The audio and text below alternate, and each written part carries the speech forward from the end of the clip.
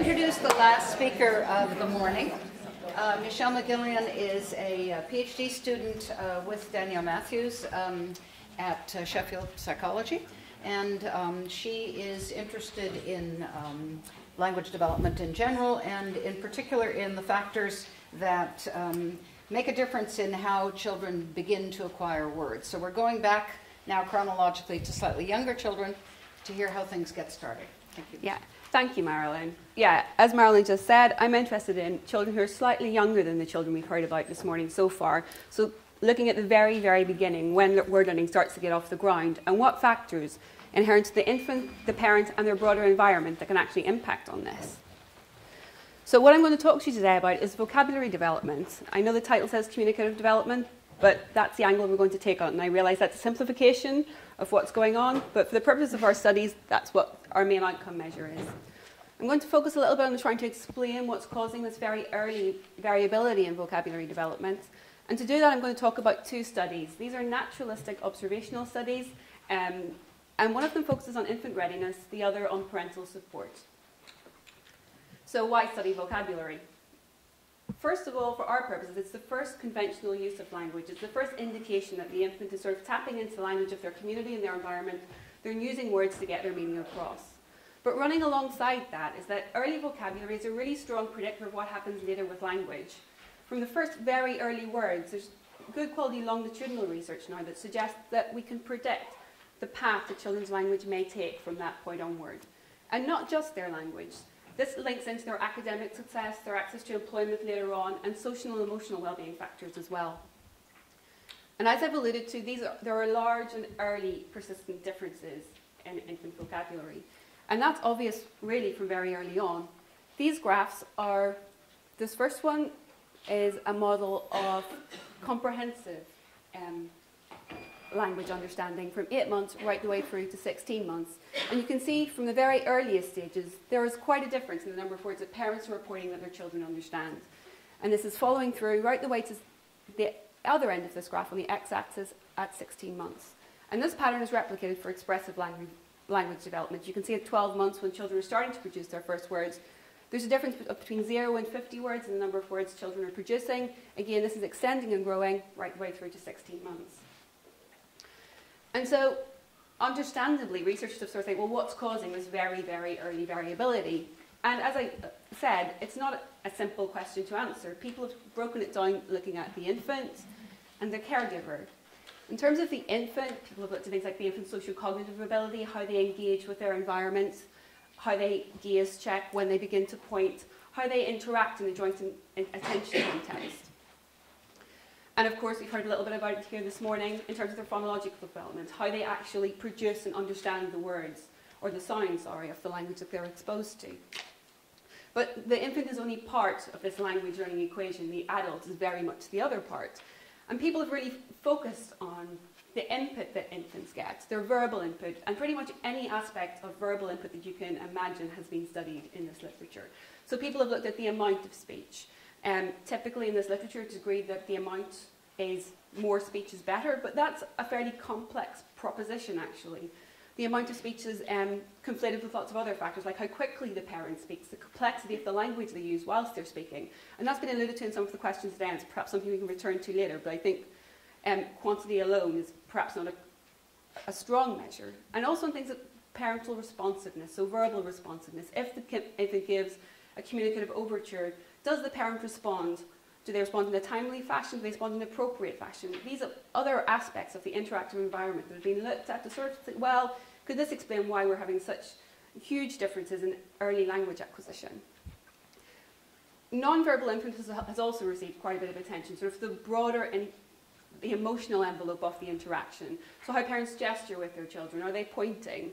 How sensitive and warm are they? And generally, how emotionally secure and attachment issues around interaction. And finally, I put it here as one point, but it's really much bigger than this, is the idea of education. Education here, and generally in sort of very early language learning literature, is taken as a proxy for lots of things, for socioeconomic status and for lots of other indicators in the infant's environment. And that's something we'll return to a little bit as I progress through the talk. The first study we're going to talk about focuses on infant readiness. And it's drawing back to two of the things we talked about briefly before, areas of social cognition and phonology. It's sort of a problem in this literature, because it's a complex literature, that people tend to look at one area or the other. It's very difficult to draw things together to get a complete picture of what's happening in development. So for our first study, we were looking at infant readiness, and these were the two pre-linguistic behaviours that we chose to focus on.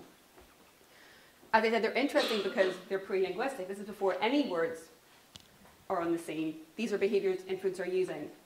And they've both individually been related to later language outcomes. But we don't know how they relate to each other. We don't know, are they cross-modal representations of some sort of communicative ability of the child, or are they entirely different things developing on their own individual streams? And we don't know, is one more important or more useful in the transition to conventional language, to getting a grasp on these very, very early first words. So I'm going to talk a little bit about babble and about pointing before I introduce the studies that we designed to answer this question. Talking about babble to this audience, I'm probably speaking to the choir, actually. You probably know as much, if not more, than I do at this point. But what we were interested in was this idea of reduplicated or canonical babble, which comes in at 6 to 8 months. So the ba-ba-bas, da-da-das. And both from an evolutionary perspective and from an ontogenetic perspective, it's been proposed to be a bridge into language learning. So I'm not going to focus very much on the evolutionary perspective today, but from the point of view of the development of the child, it's been related to like other aspects of motor development in very early infancy in the first year of life. So the move from crawling to walking, babbling, babbling is another part of that sort of motor development. Or it can also be looked at as a linguistic milestone. And we do know that it's influenced by the language environment that the children grows up in. And there's a strong relationship between this very early babble and the shapes of their early word forms. And Marilyn has done work in the past showing this really elegantly. More than that, as I said, it's a predictor of first words. So kids who babble early have first words early. A new and interesting question, and something that I'm especially interested in, is this idea of intentionality in these early vocalizations. Up until this point, babble has been neglected in this arena of intentional communication. There are some early experimental studies now to suggest that there's more going on than just a simple motoric response that the infant is producing, that actually this babble can be meaningful in some sort of intentional way, that it's a larger indicator of some communicative intent. So what I mean by intentionality is that there's a co-occurring behaviour that would suggest that the infant is trying to convey something. So they may gaze, check an interlocutor as they babble. They may give a signal that this babble is meaningful. I'm trying to tell you something by using these signs in this way. Pointing, and when I talk about pointing throughout this talk, I'll be referring to index finger pointing. And again, there's a separate literature running parallel to the babble literature that would suggest that yes, it's pointing. That's the most important thing in learning language and early words. It's the first form of intentional triadic communication, so it's the first means that the infant has of sharing attention with an interlocutor. It's the first effective means the child has of showing someone that they're interested in something. A point is a very clear sign. What is that? And it gives the caregiver a really clear cue. What is this? It gives them an opportunity to label, to say, okay, that's a cup. And like babble, it's been found to be a predictor in a number of studies of later vocabulary development.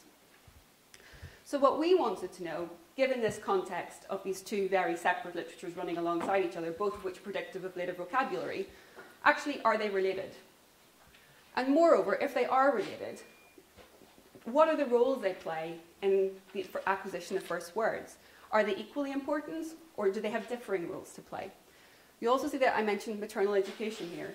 Maternal education we included in these studies for the very reasons that I mentioned earlier. I think it's important to have an idea of the broad interactive context, the environment which the infant is growing up in, and so we've included that as a control variable in all the studies I'll talk about today. Okay, and this is where Marilyn and Tamar come into this story, I guess. I was a research assistant for Marilyn and Tamar too many years ago to mention now.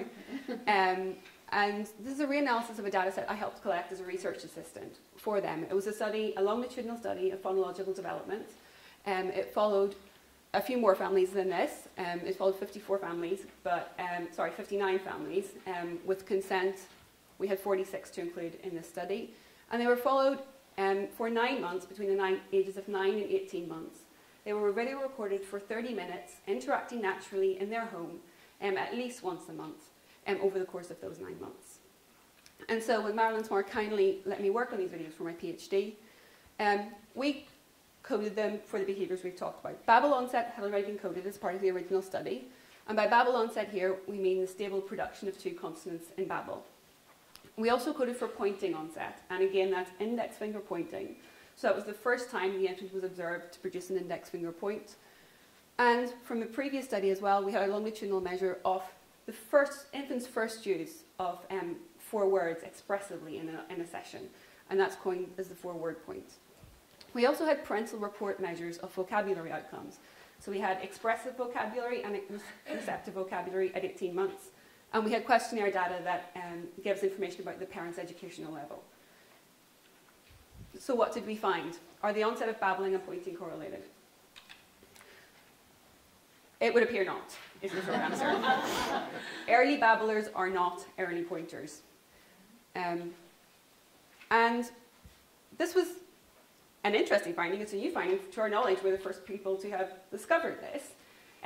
What it means, we're still not sure, but we can talk about that a little bit going forward. What it would suggest is that if there's not some underlying communicative construct, and there are some kids who are good at babbling and some kids who are good at pointing, or kids who are good at babbling rather are good at pointing. There's something a little bit more complex going on there.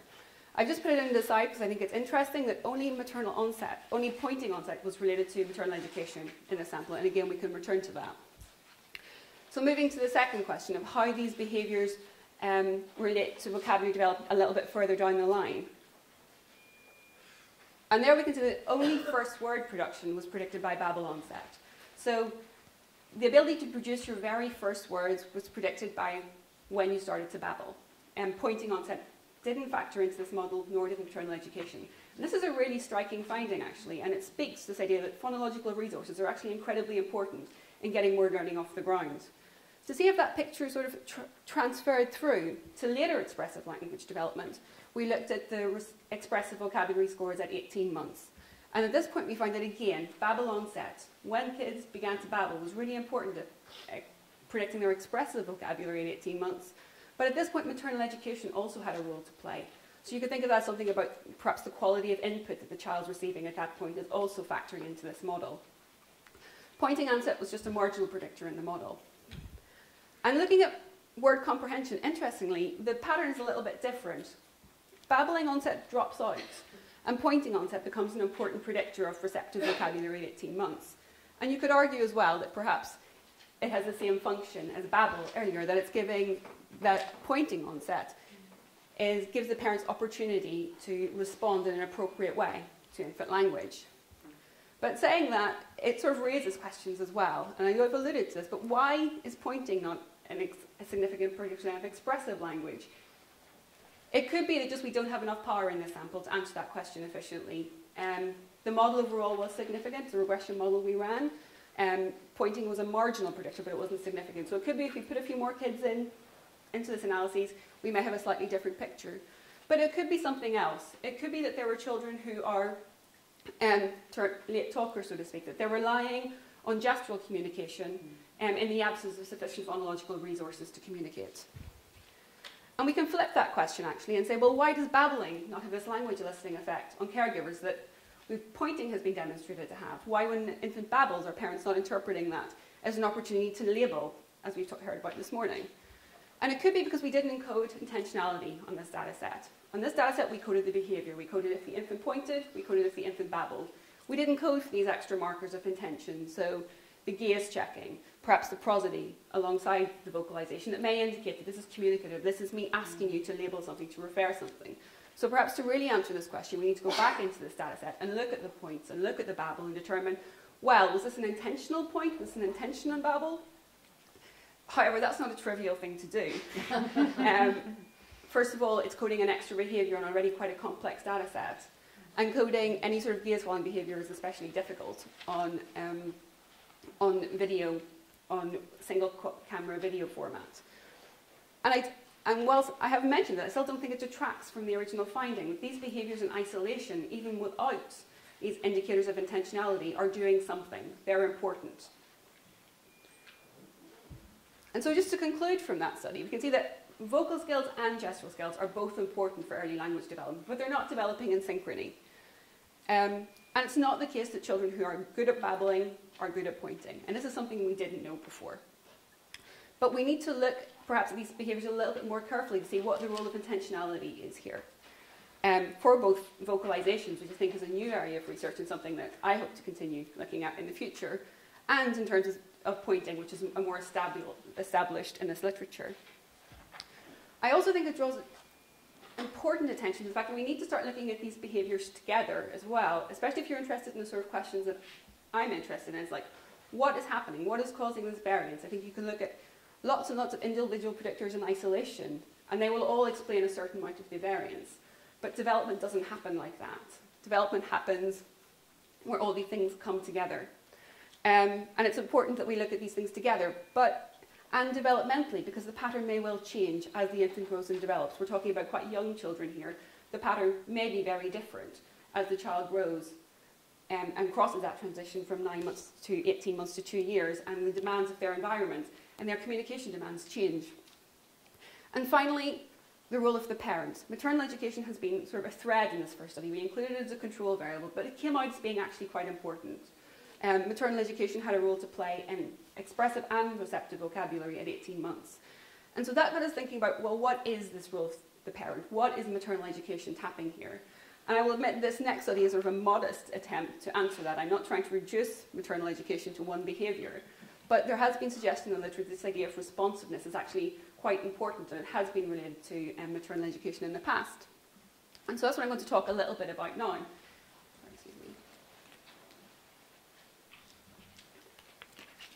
And again, I'll refer to maternal responsiveness. This can be any sort of caregiver responsiveness. It turns out in the sample that we used, all the caregivers were mothers. Primary caregivers, were mothers.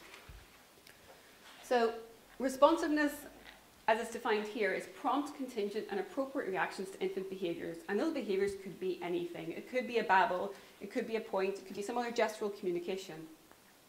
And traditionally, in verbal responsiveness, which is what I'm going to talk about, it's focusing on child-oriented speech that is either temporally contingent on some sort of infant behaviour, so the infant points, and within a certain appropriate temporal window, the parent responds, or they can be semantically contingent. So the infant points or babbles at an object, they're playing with a ball, for example, and the mum says, oh, that's a ball. And so it's following in on what the infant is attending to, it's tapping into what they're interested to at that point. And this sort of language has been associated with later vocabulary size. And again, I return to the York dataset collected here by Marilyn and Tamar. And this time we focused in on the 9-month session. So when the infants were 9 months, 9.5 months rather, we recoded 10 minutes of video.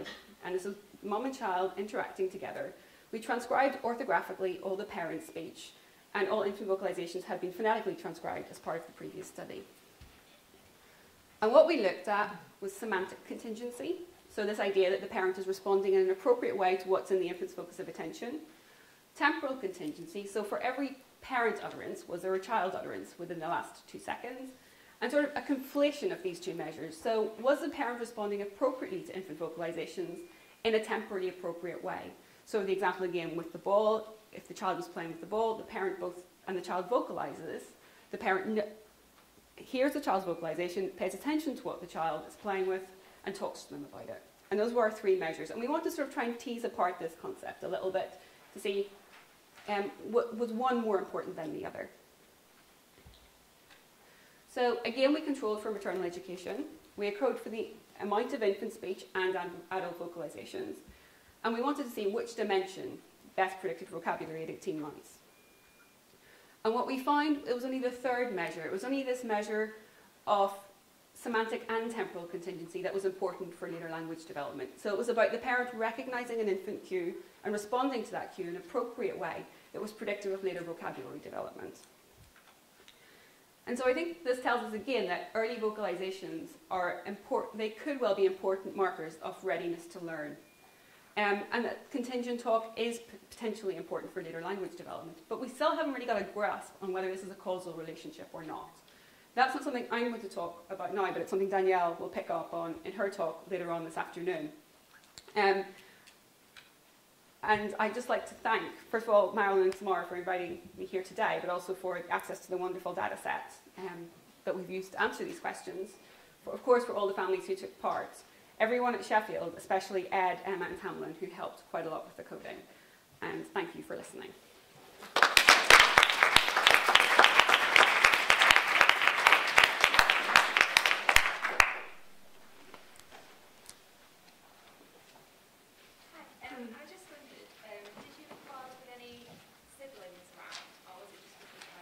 No, in this data set, these children, they weren't all firstborn.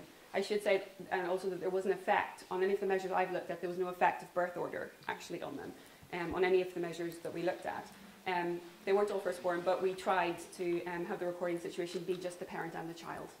But I think, yeah, that's an interesting question because inevitably interactions change quite substantially when there are other children around.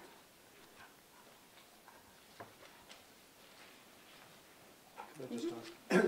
You chose 2 seconds, and I just wonder what the rationale was for the 2 seconds. Yeah, I think that's a good question. I think because in terms of the clinical perspective, I imagine that's not very helpful to say to someone, respond within 2 seconds to an infant vocalization.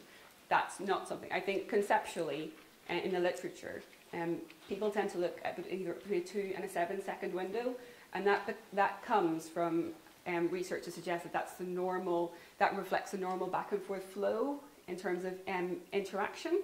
So we chose a very, very conservative boundary. We chose a 2-second boundary because we're dealing with very young children. These children were 9.5 months.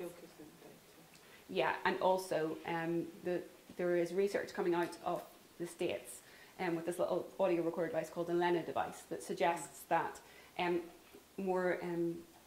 faster you reply to a vocalization, the more beneficial it will be for vocabulary development later on. So they've looked at response windows of 2 seconds, 3 seconds, 4 seconds, 5 seconds, and so on. And it was the parents who were responding at the 2-second end of the scale who had children who had higher vocabulary levels later on. I guess I'll ask a question. Was there someone else? I don't want to interrupt. But, you talked about the difficulty of coding for intentionality, which I'm sure would be hard, but it made me think about the grunts, and I wondered if you had thought about coding grunts as an index of the child understanding that they can make a sound and get a response, which is after babbling and after pointing typically, but just before words. Yeah, I think that's perhaps a good step into this and to start to code this to see is there something there, because I think it's about 13 months for grunting. Is that 13 months? Yeah, around that window. And I think that's a really good place to start. But what I would be really interested in is to see if we could bring that back, to bring that temporal window back to see perhaps, are there any indicators that go alongside grunts? Is it a Gies check? Is it something to do with the quality of the modulation of the voice that you can bring back and then look to trace that behaviour back then into the early babble, to see is there anything we can pick up earlier than those grunts that are sort of, you're right, they're post these behaviours, but they're pre-words. And I'm interested in sort of, going as far back as we can to see where this begins. But I think that's a really good place to start looking for actually indicators that may be important. That'll be interesting.